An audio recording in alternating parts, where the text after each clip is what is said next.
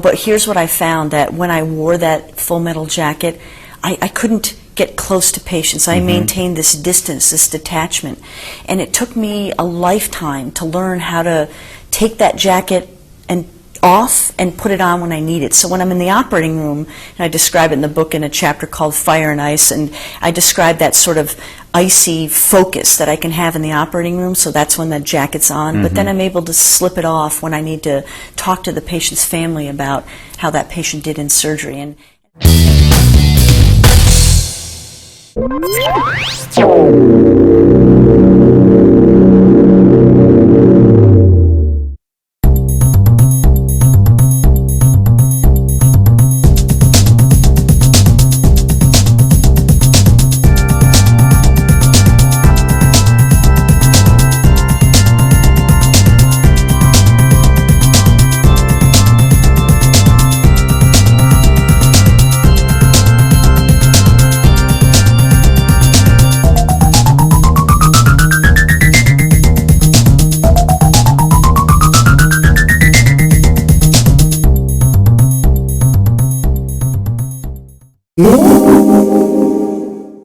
Hi everybody, and welcome to another edition of People Make a Difference. I'm your host, Danny Brassell, and this is the show where we profile individuals and organizations that are having a significant positive impact on our community. It is my pleasure today to have with us Dr. Kathy Magliato, who is the first female board president of the American Heart Association. Thank you so much for joining us today, Kathy. hey, Danny, thanks so much for inviting me. I mean, you're just an amazing person. I honestly have no idea how you do it. You're one of the very few female cardiothoracic surgeons in the world. You run the Women's Cardiac Services Department over at St. John's Hospital over in Santa Monica. How do you do all of this?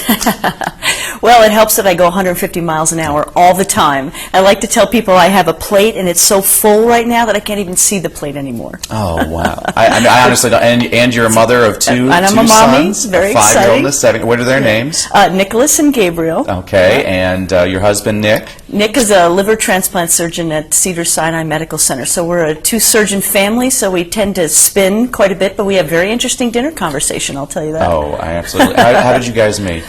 Nick and I actually met, as you would expect, in the operating room, and it was love at first sight. He was a tall, handsome surgeon, and I could see even with his mask on that he had these beautiful green eyes and cheekbones you could park a Volkswagen on, and I thought, I have to find out who this mystery man is, and I basically hunted him down. I think that's a very good strategy. Hunting, I mean, you're a Worked for woman me. that goes for it all. I mean, Yeah. you've done so many things, and now it's almost like, I hope it's not the pinnacle of your career, but I mean, you're now the board chair at American Heart Association. Tell us a little bit about all the wonderful work that American Heart Association does here just in Los Angeles. Well, that's been very exciting for me. I just came in July as the president. I've been on the board for a few years. And I got to tell you, for me as a heart surgeon, where I'm addressing heart disease every day and only able to really impact 1 or 2 patients at a time, the American Heart Association helps me to impact hundreds of patients at a time, or hundreds of people potentially with heart disease, because, as you probably know, the American Heart Association is a nationally recognized nonprofit organization, and they have 2 very simple, very, very important goals. Number 1, to educate the public, to build awareness about heart disease and stroke, which are our number 1 and number 3 killers, and number 2, to raise money for research to prevent and cure heart disease and stroke. And so by interacting with the American Heart Association like this, I feel like I can reach out and help so many more patients and potentially people than just, the 1 or 2 people I operate on each day. Well, and I mean, one of the things that just amazes me about it, you're in a very male-dominated industry. I mean, when I always think of the movie The Doctor with William Hurt and how he was just this jerk jerk surgeon. And I'm not a jerk surgeon. Not a jerk. Thank you, Danny. Of course Danny. you're not. You're a woman. I always like my women surgeons. The men always are the ones without the hearts. But how does a woman enter a male-dominated field like that and achieve such success as you have? Well, it's very difficult, Danny. There's a secret handshake. No, Okay. no, it was a struggle. For me, honestly, the biggest thing for me, Danny, was I never had a mentor. When I went through my training, everywhere I trained, and believe me, it takes about 17 years to train as a heart surgeon after high school, between college and medical school, and then all the training and surgery and residency and that type of thing. And throughout all of my training, there was never a woman surgeon that I could use as a mentor to kind of give me that vision that said, yes, Kathy, you can do this.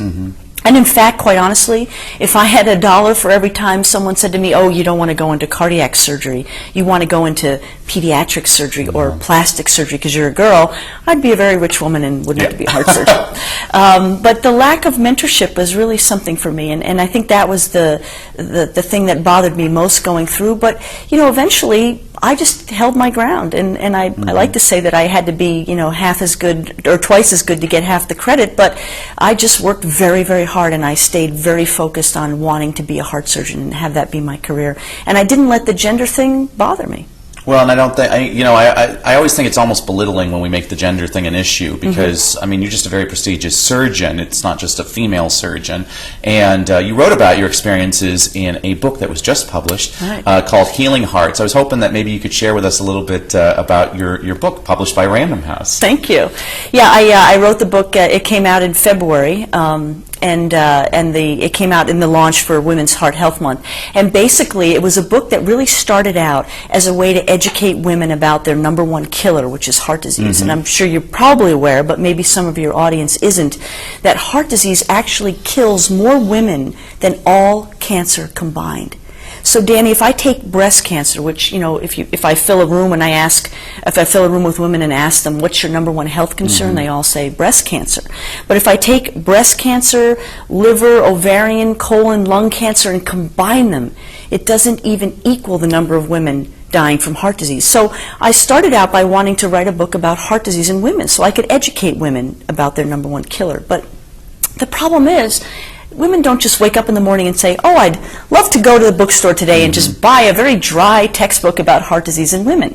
So I wanted to make it a little more interesting and actually include stories, very tragic, very poignant stories of women who I have taken care of throughout my career and who have died from heart disease in a way to educate women. And then the book sort of morphed into a memoir when I met this terrific agent who did actually sell the book to Random House. And this agent said to me, you know, Kathy, I want to hear the story about heart disease in women, and I want to hear the story about your patients, but what I really want to hear is your story about growing up on a small town in upstate New York where my mom and dad weren't physicians to becoming a heart surgeon juggling a family and careers. And so that's how it morphed into this memoir. So in the book you will learn about, you know, this very prestigious club, the Cardiothoracic Surgery Club, and how I managed to make my way into that club and develop my life around it. So well, let's talk a little bit more, I mean, because I want people to buy the book, and people can buy the book if they go to your website, KathyMagliato.com. It's a wonderful book, but for those of us that, I mean, I'm very fascinated by your childhood, and how does one who's not the physician's daughter, how did you get your, well, first of all, where did you find your passion for medicine, and what steps did you take to make that passion become a reality?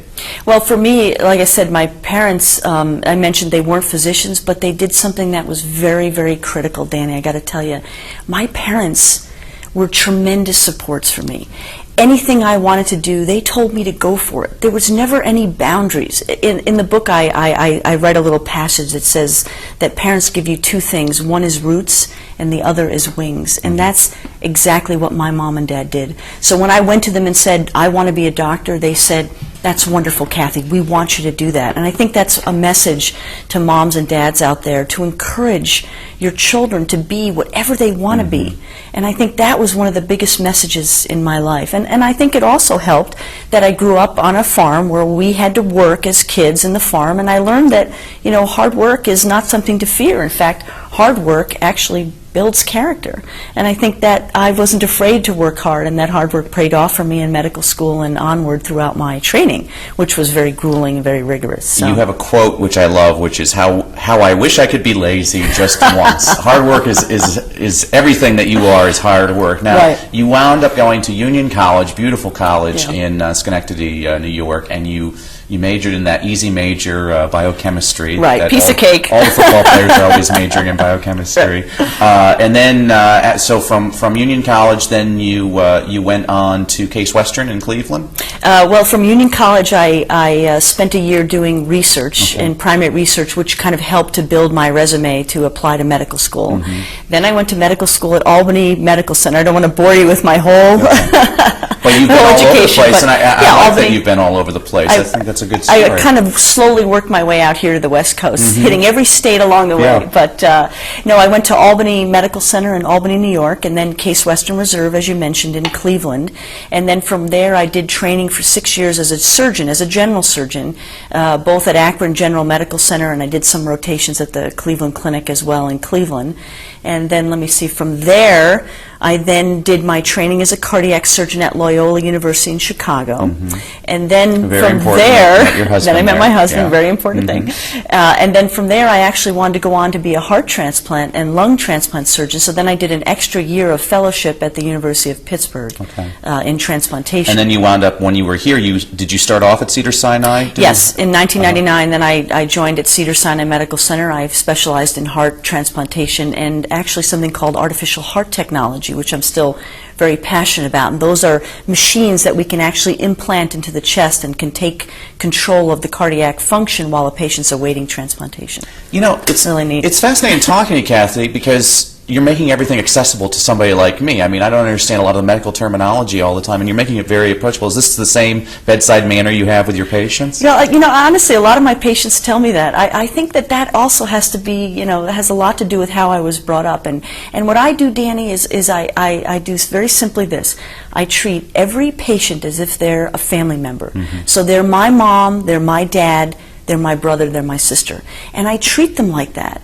And if I treat them like that, then I never go wrong in my care. I always treat them with dignity and respect and kindness and compassion. And I'm kind of the type of doctor that will walk into a patient's room and literally sit at the patient's bed with them. Sit on the bed with them and get in their space and talk to them and really listen. I like to call doctors who don't do that doorknob doctors, where they've got the one hand on the doorknob and the other, they're all posturing sort of away from the patient. But again, and I recommend this to medical students as they go along their training, just treat your patients like their family and you'll always do right by a patient. Well, so thank you for noticing that you bedside manner. Hopefully you like your family. How's your gallbladder? Exactly. Okay, good. I'm just kidding. How did you turn out that way, though? Because I'm always fascinated, because this is my passion, I think it's a responsibility to mentor other people and for people to be our mentors. Now, you had really wonderful parents. It seems like that's where you're getting most of your bedside manner. Professionally, did you have anybody that was able to mentor, to kind of guide you into that bedside manner? I would say that I learned quite a bit of what not to do sometimes by watching physicians, but there were some key physicians during my training that showed me about compassion and bedside manner. And yet, in the book, I write about compassion, and I say in the book that compassion isn't on the bell curve, so as a student, you're never graded on that, and that's really kind of sad, because I think that's the one thing lacking in medicine. But along the way, you have to find those moments, those teachable moments along your training. And sometimes they're not so obvious to you. You have to seek them out. And so I spent a lot of time just watching mannerisms of physicians and watching how patients responded. And it was how I learned that interaction with patients, I think, that was so crucial. But I got to tell you, Danny, I didn't always have that. I mean, there was a time in my career, and we talked about this in the green room, that period of my career where I had to be so tough that I had no area of vulnerability in my life, that I put on this full metal jacket. You call it your full metal jacket. That we talk about in the book. And that full metal jacket is something, I swear, that I stitched every ounce of fabric and made it this tough exterior that no one could come near me, no one could get close to me. And that's kind of how I survived some of the more difficult moments in my residencies.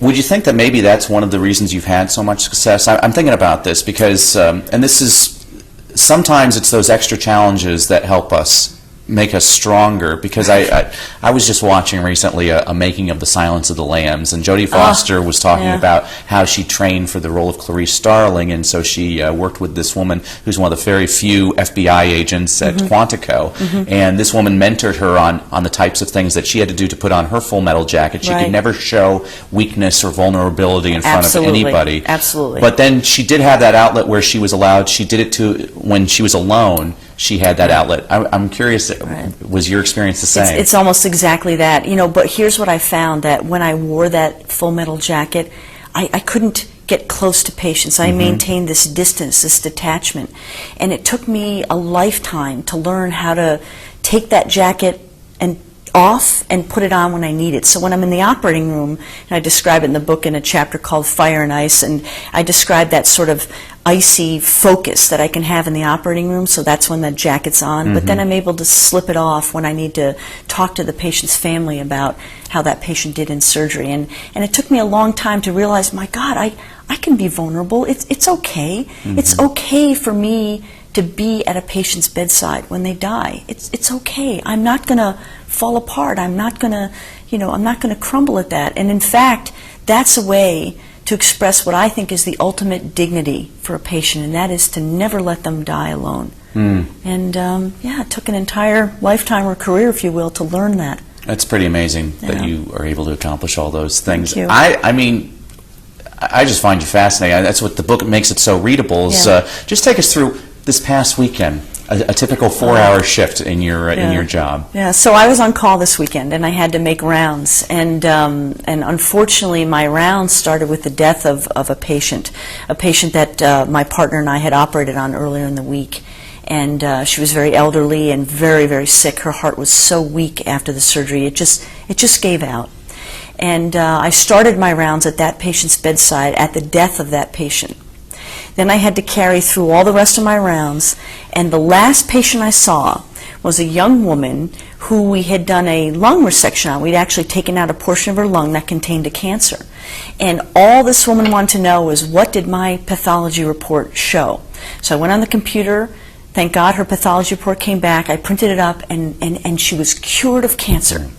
Right? The report showed that the tumor was completely removed. All the margins were negative, no tumor left behind, and not a single lymph node with cancer.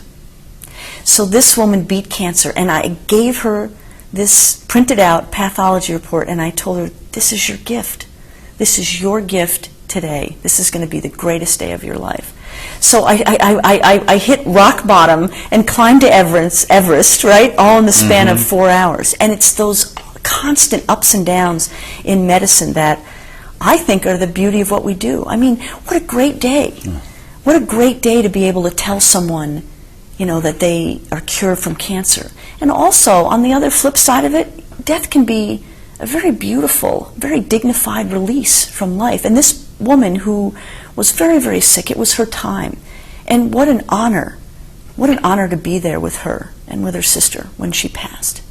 So I've never heard it described that way. It's beautiful. How do you maintain that balance, Kathy? I mean, you have these highs and lows. I'm thinking about the balance of you're a mom, you're a wife, and you're surrounded by men. At work, you got sons, you've got your husband and everything. Right. How do you maintain this balance? And you have a positive attitude. You're making a contribution to the community with your involvement with the American Heart Association. I know you're involved in lots of other things too. They all relate around that passion of, ironically, the heart. How do you share that heart with everybody but maintain some balance for yourself? Well, the balance I maintain is probably the same that you do, having young kids at home, almost identical, I guess, our kids in age.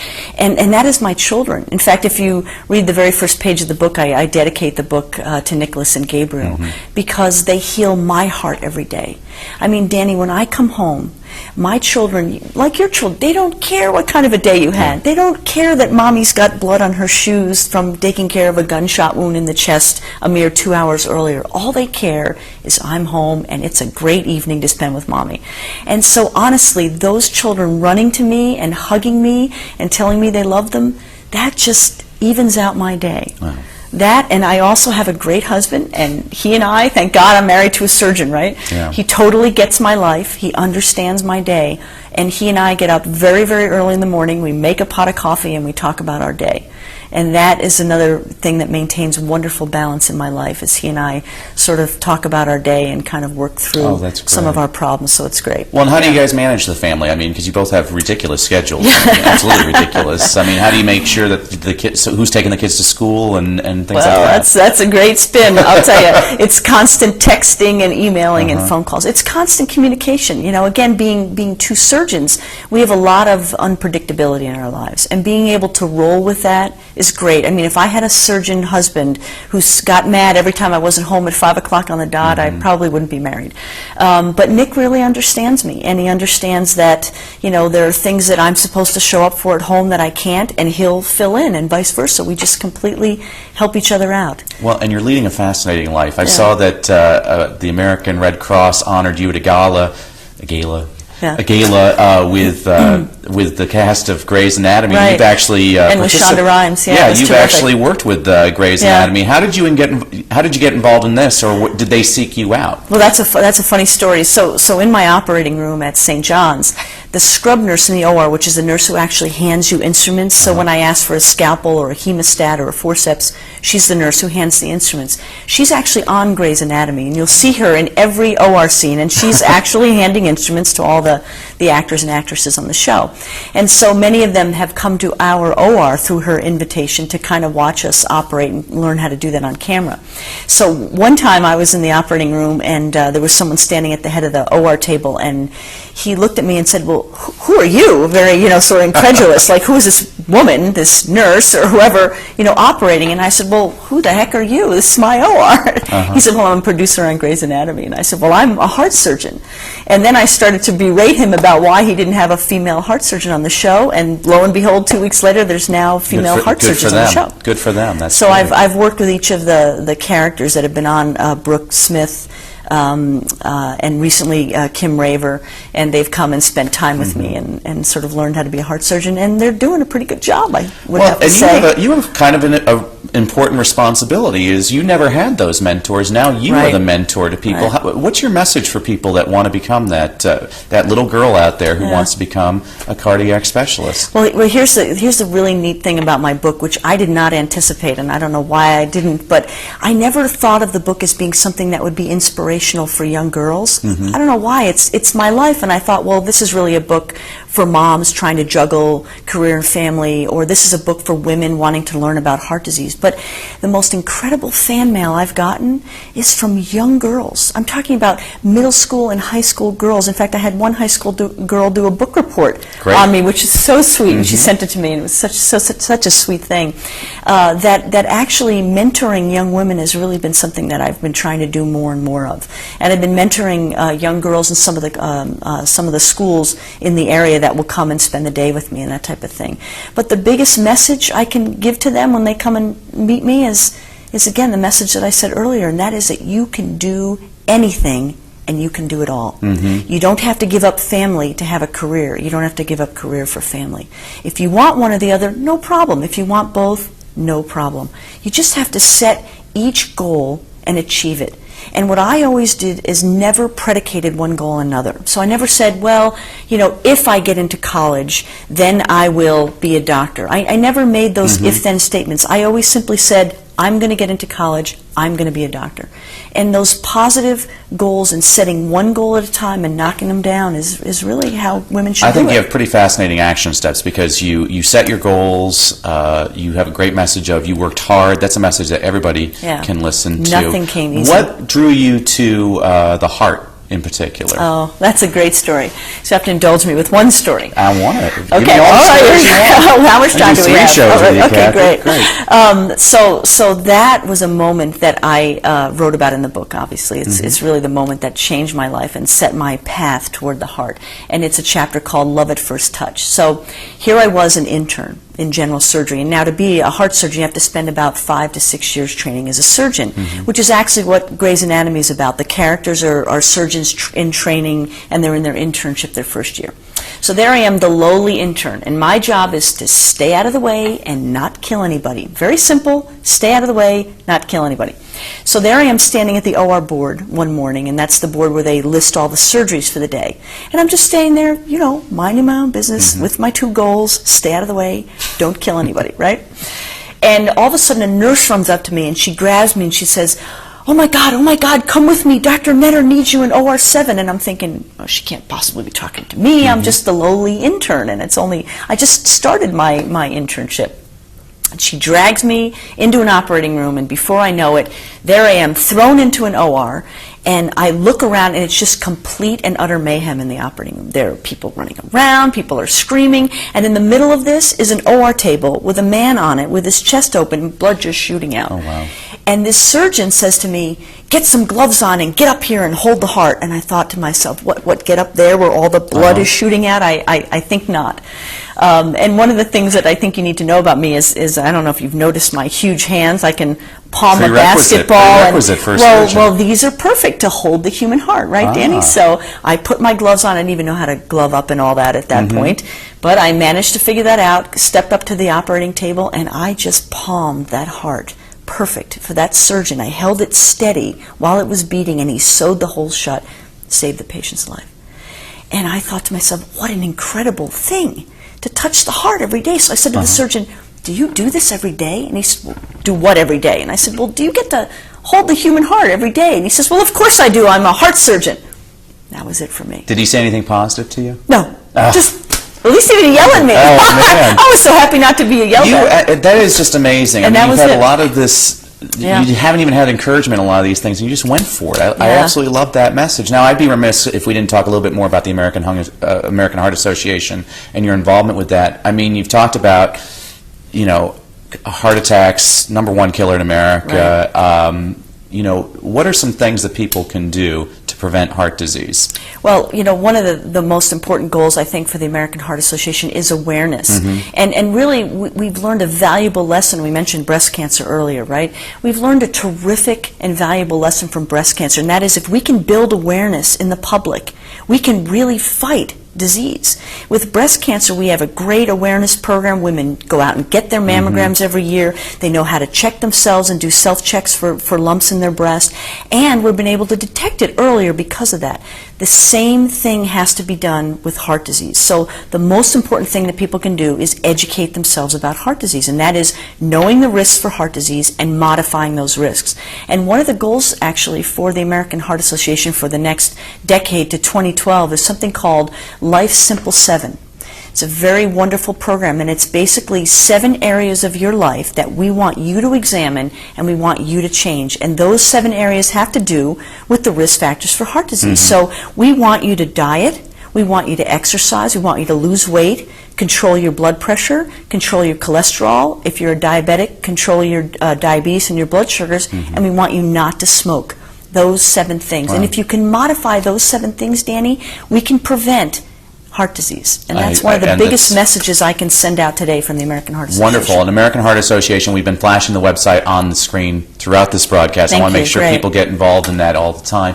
What are some of the things, people want to get involved in American Heart Association. I know you do a number of events with numbers of different ages. What can people do to get involved with Anybody can be involved. That's a wonderful thing. And it's really all ages. We were talking earlier about the jump rope programs in the schools, which is great. I mean, it's absolutely frightening to me, Danny, that 25% of kids ages 2 to 5, these are toddlers. 25% of kids aged 2 to 5 are obese in the United States. Crazy, right? So getting that educational program in schools for eating right and exercise and activity through the jump rope program is important. In the fall, we always do a heart walk, which is one of our biggest events, and that's about 10,000 people show up. We usually host it at the Rose Bowl, and people come to that, and it's a way for us to raise awareness, and we actually raise a lot of money. In fact, our goal is to raise about $1 million to $1.3 million through that one event. In the springtime, April, May, we usually do the Go Red for Women Luncheon, which is a particular event to raise money for heart disease in women. So we've got events really running throughout the year. And you can go online to the website and get involved. We'd love to have you. It's a total volunteer organization, but we may just sign you up. That's I will, and I used to do jump rope for heart when I was a teacher. Did? Absolutely, that's think that's wonderful. And Thank you it's just for that. been such an honor to have you. I want to have you on again, Kathy. I'd love to do it. You're just doing wonderful. Again, it's Dr. Kathy Magliato. I hope you make sure to get a copy of Kathy's wonderful book, Healing Hearts. I've been with Dr. Kathy Magliato today talking about her involvement with the American Heart Association